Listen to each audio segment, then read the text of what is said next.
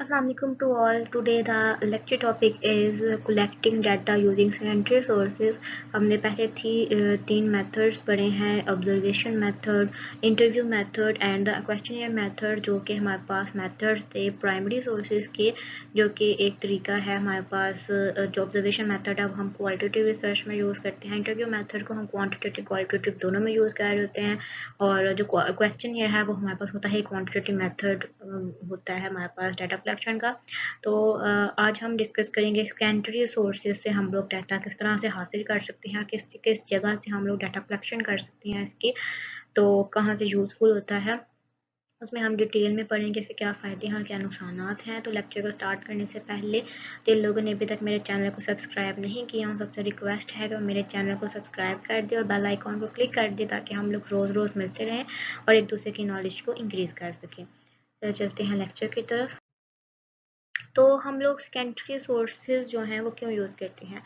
हम लोग इसको इसलिए यूज़ करते हैं ताकि जो बड़ी बड़ी ऑर्गेनाइजेशंस हैं यहाँ पर, जिस तरह हमारे पास है वो है वर्ल्ड हेल्थ ऑर्गेनाइजेशन है, WHO। वो एक हमारे पास एक बहुत बड़ी ऑर्गेनाइजेशन होती है कि इसके ऊपर हम कोई भी मेडिकल से रिलेटेड डाटा जो है वो ऑलरेडी पड़ा हुआ होता है, इसको हम लोग यूज़ करते हुए नेक्स्ट इसको यूज़ करते हुए हम कहते हैं कि भाई ये ऑथेंटिक डाटा है।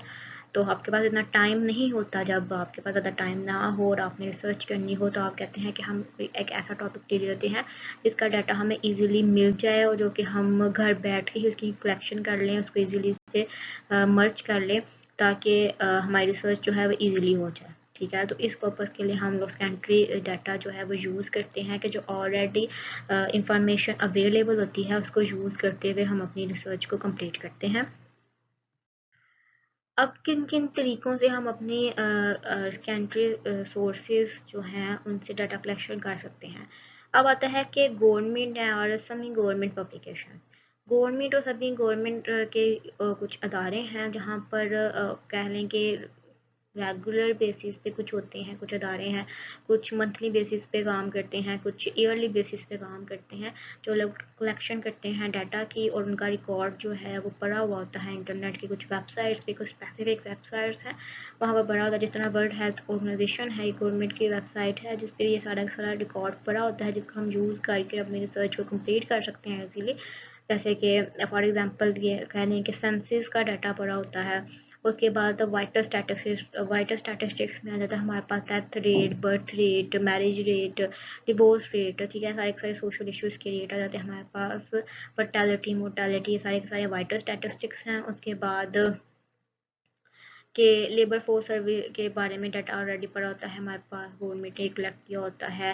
हेल्थ रिपोर्ट जिसमें मैंने आपको बताई पड़ी होती हैं। उसके बाद इकोनॉमिक फॉरकास्ट के बारे में आप के पास डाटा पड़ा होता है कि क्या होने वाला है। जिस तरह आप कह लें कि वीट के रिलेटेड डाटा पड़ा होता है कि मतलब इंडेक्स मंडी एक वेबसाइट है, उसके ऊपर एक डाटा पड़ा होता है और वहाँ पर सारी सारी इंफॉर्मेशन होती है कि पिछले 60 से कह लें कि पिछले 60-70 सालों का डाटा जो है वो वहाँ पर पड़ा होता है कि साल में कितनी प्रोडक्शन हुई थी, कितने %।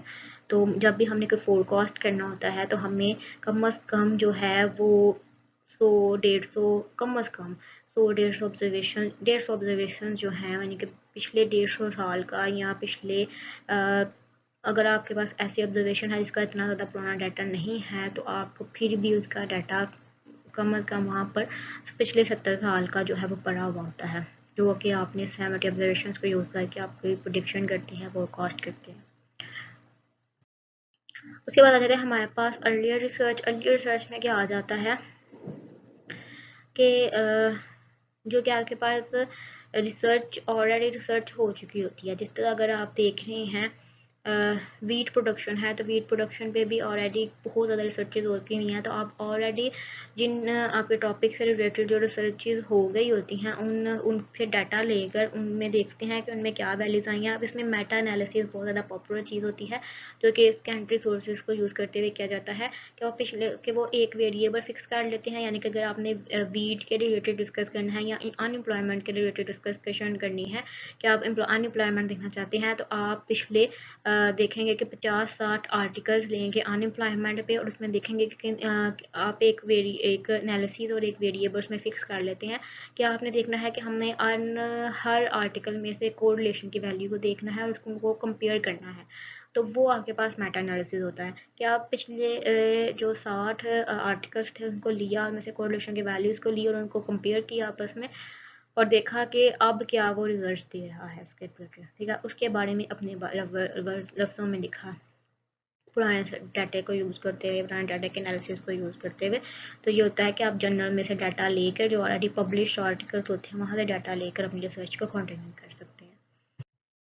उसके अलावा पर्सनल रिकॉर्ड्स में होता है कुछ लोगों की आदत होती है कि वो अपनी हिस्टोरिकल चीज़ें जो हैं उनको मेंशन करते रहते हैं, अपने पर्सनल रिकॉर्ड एक डायरीज बनाते रहते हैं अपनी इंफॉर्मेशन के लिए। कुछ लोगों को डायरी लिखने की आदत होती है, कुछ लोगों को ये भी आदत होती है कि वो अगर जिस जो CSS करते हैं वो सारी की सारी हिस्ट्री को पढ़ होती हैं, उन्होंने अपनी एक छोटी छोटी डायरीज भी बनाई होती हैं, डेट्स लिखी होती हैं, सारा का सारा लिखा होता है इन चीज़ों के बारे में।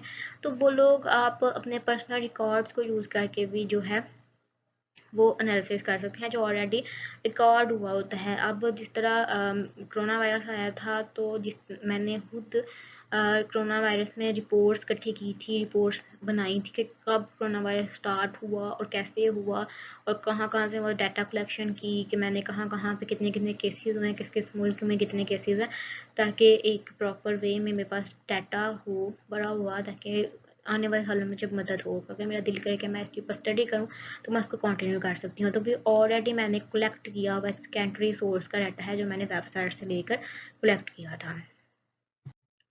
उसके बाद आता है हमारे पास कि मास मीडिया में आता है कि हम न्यूज़पेपर से लेके भी डाटा कलेक्शन कर सकते हैं, मैगजीन्स में भी, इंटरनेट में भी, यहाँ से भी बहुत अच्छा डाटा कलेक्शन जो है वो हो जाता है। लेकिन ज़्यादातर जो इंटरनेट में होते हैं ब्लॉग्स होते हैं, ब्लॉग्स में कुछ लोग अपनी ट्रैफिक मतलब अपनी वेबसाइट पे उनकी ट्रैफिक है, यानी कि ज़्यादा लोग उनकी वेबसाइट को देखे अप्रोच करें, तो उसके लिए कुछ लोग वहाँ पे झूठ मूठ भी लिख देते हैं। तो इसलिए कभी भी मैं प्रेफर नहीं करूँगी कि आप ब्लॉग से डाटा कलेक्शन करें। हमेशा मैगजीन या न्यूज़पेपर से जो डाटा कलेक्शन होती है वो ठीक होती है, क्योंकि वो एक प्रॉपर ऑथेंटिक वे से वहाँ पर मेंशन की गई होती है, तो वहाँ से आप ले लें। लेकिन ब्लॉग से जो है वो मत लें, किसी वेबसाइट से ले लें, लेकिन ब्लॉगिंग मतलब वेबसाइट से ले लें कि कोई ब्लॉग लिखा हुआ है किसी के बारे में, वीट के बारे में, अनएम्प्लॉयमेंट के बारे में, उसमें जो इन्फॉर्मेशन है उसको ना लें, तो बहुत ज़्यादा आपके लिए यूज़फुल नहीं होगी।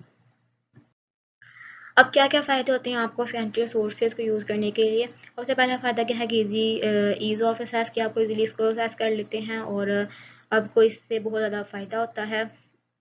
आपको बाहर नहीं जाना पड़ता, आपको खजहराम नहीं होना पड़ता, आप घर बैठ के अपनी डाटा कलेक्शन कर लेते हैं और अपना एनालिसिस जो है जल्दी स्टार्ट कर लेते हैं, ठीक है। तो 10-15 दिन में आप सारी डाटा कलेक्शन जो है वो आपकी, अगर आप दिन रात एक करें तो 2-4 दिनों में भी हो जाती है। तो आप सारा डाटा अरेंज कर लेते हैं और फिर उसके ऊपर एनालिसिस स्टार्ट कर लेते हैं। इनएक्सपेंसिव होता है क्योंकि आपको कोई क्वेश्चन ये नहीं बनाने पड़ते, आप बुक्स वगैरह से, मैगजीन वगैरह से डाटा कलेक्शन कर लेते हैं, आप जो ऑलरेडी आप पढ़ी हुई होती हैं, जो यूज़ हुई होती हैं उधर से डाटा ले लेते हैं। आपको क्वेश्चनियर नहीं बनाने पड़ते, आपको मतलब उनको प्रिंट नहीं करवाना पड़ता या उनको ऑनलाइन नहीं भेजना पड़ता, आपको इंटरनेट नहीं चाहिए होता।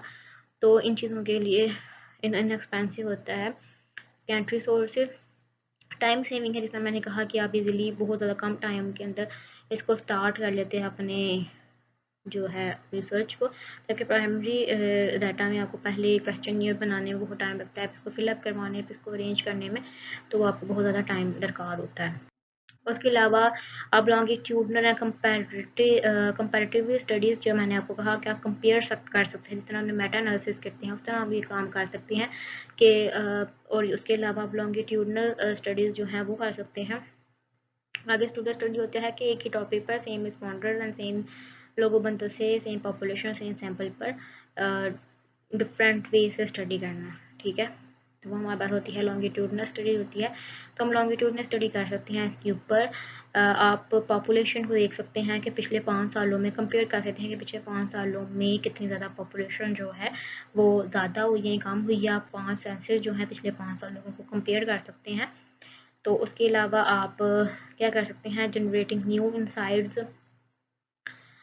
जनरेटिंग न्यू इंसाइट्स में आता है कि आप हर बंदे का पॉइंट ऑफ व्यू जो है इसके अंदर लिख सकते हैं। यानी कि when customer complain about difficulty.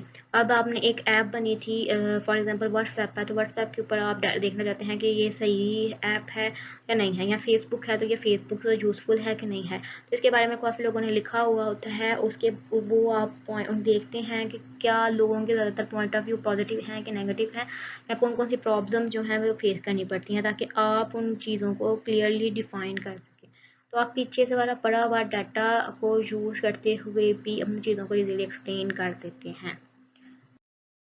Disadvantages देख लेते हैं आप सेकेंडरी डाटा के। तो सबसे पहला रहता है कि डाटा क्वालिटी जैसे कि मैंने आपको कहा कि हम लोग इंटरनेट से डाटा भी ले लेते हैं यहाँ पर, तो हमें नहीं पता होता कि वो जो ब्लॉग्स में डाटा पड़ा हुआ है वो ऑथेंटिक है कि नहीं है। कुछ लोग अपनी ट्रैफिक लाने के लिए वेबसाइट्स के ऊपर वो अनऑथेंटिक बातें पे लिख देते हैं किसी चीज़ के बारे में, ताकि लोग उनकी वेबसाइट पर ज़्यादा आएँ।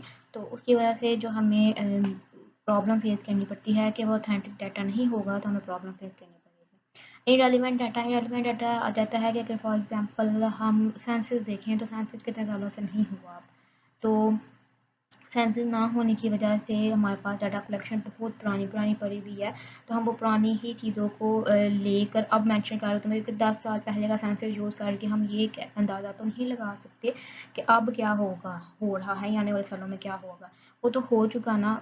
जो 10 साल पहले का डाटा है उसे आप अगले 2 सालों का एस्टीमेट लगा सकते हैं, और 10 साल पुराने डाटा से हम कैसे एस्टीमेट लगाएंगे।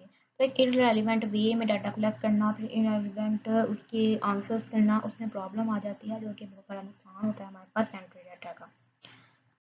Thank you for watching my video. Hopes हो कि आपको क्लियर हो गया होगा कि हम किन किन वे से, किन किन तरीक़ों से अपना सेकेंडरी डाटा कलेक्शन जो है वो कर सकते हैं, जो हमारे लिए यूज़फुल होती है। अगर आपको मेरा लेक्चर अच्छा लगा है तो बेल आइकन को क्लिक कर दें, ताकि हम लोग रोज़ रोज़ मिलते रहें, और मेरे चैनल को भी सब्सक्राइब कर दें और अपने फ्रेंड्स और कोलीग के साथ शेयर करें, ताकि उनकी भी हेल्प हो। Thank you for watching.